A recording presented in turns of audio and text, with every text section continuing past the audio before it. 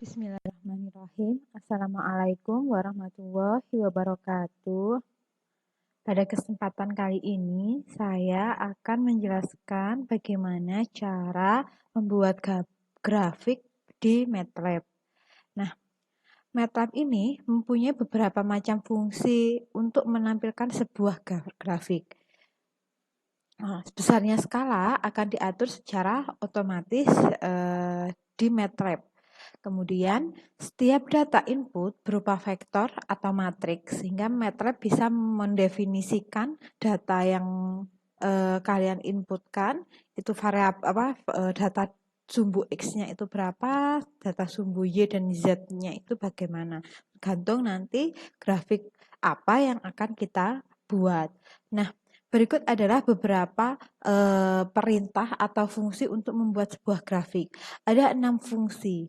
Jadi yaitu untuk membuat fungsi plot itu digunakan untuk membuat grafik yang dia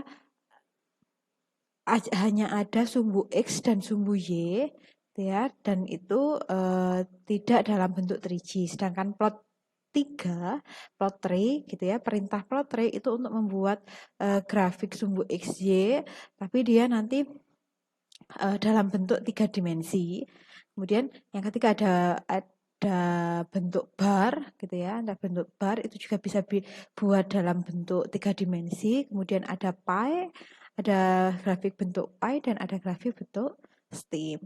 Nah, berikut adalah contoh fungsi plot yang digunakan untuk menggambarkan grafik dua dimensi dengan skala linier pada kedua sumbunya. Jadi misal, contohnya kita definisikan sumbu X-nya berapa?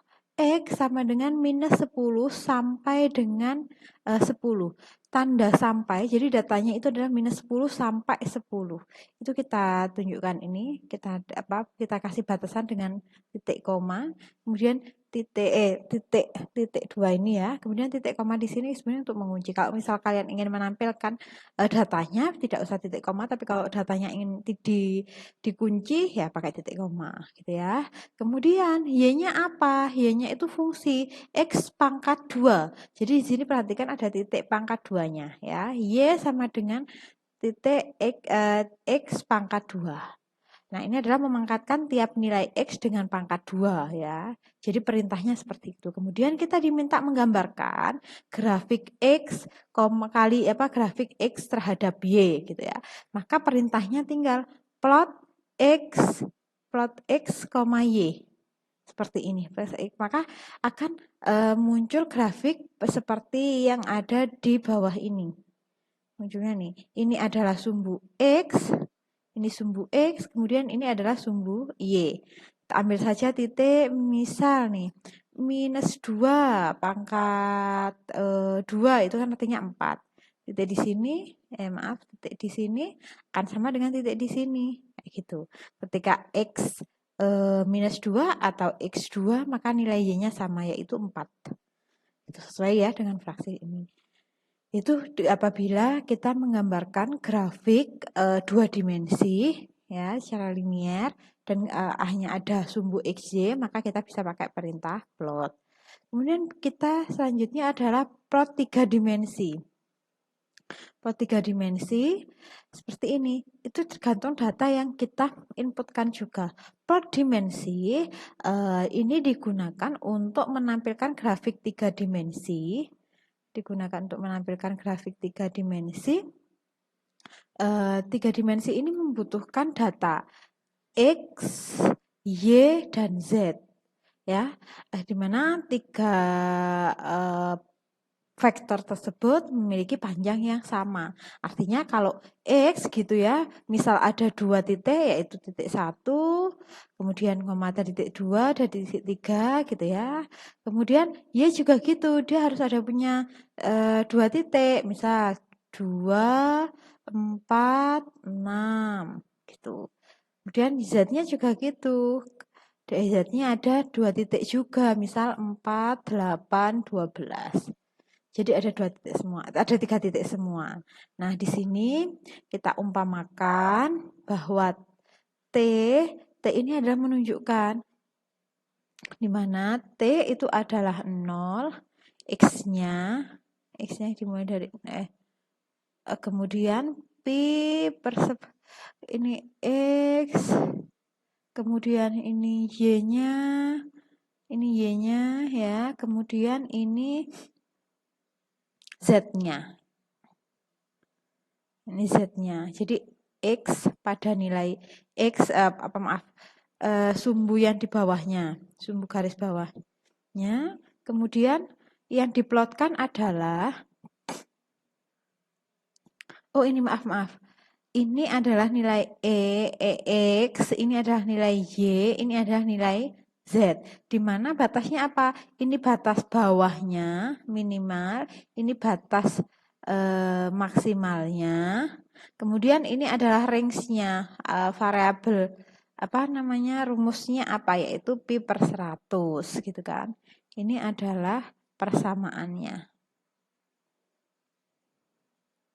Ini di sini yang tengah ada persamaannya, jadi nanti nilainya adalah 0, kemudian pi per 100, kemudian ada 10 kali pi.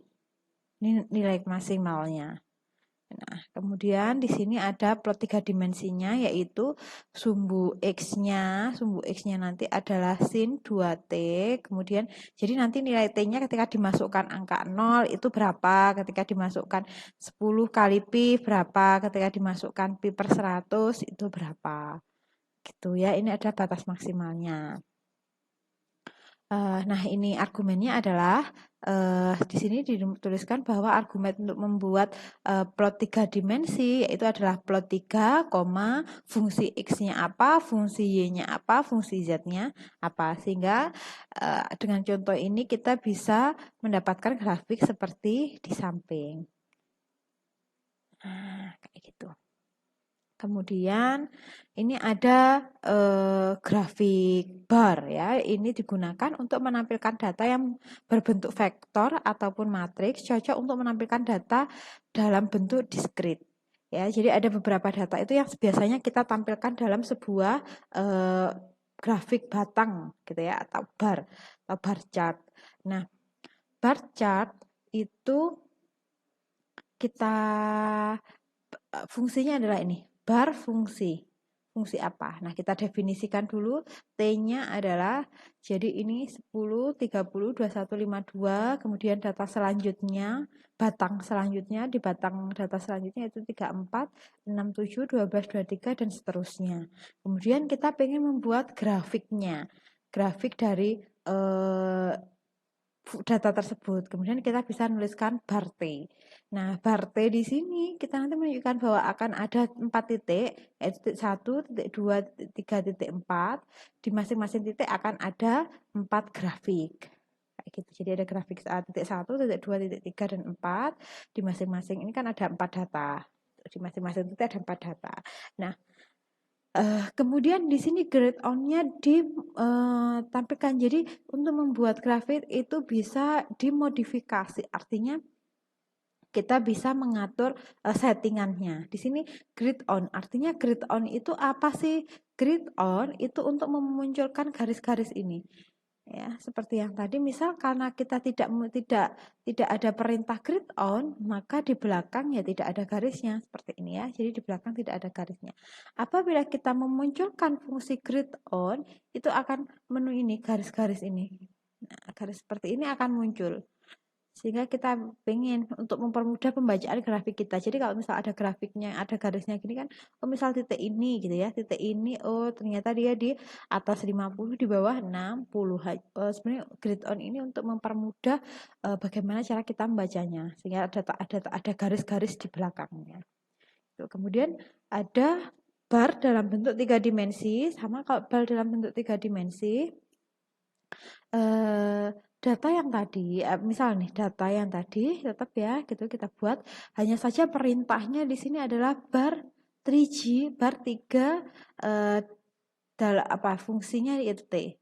Yang mau dibuat grafik kayak itu fungsi data di fungsi T.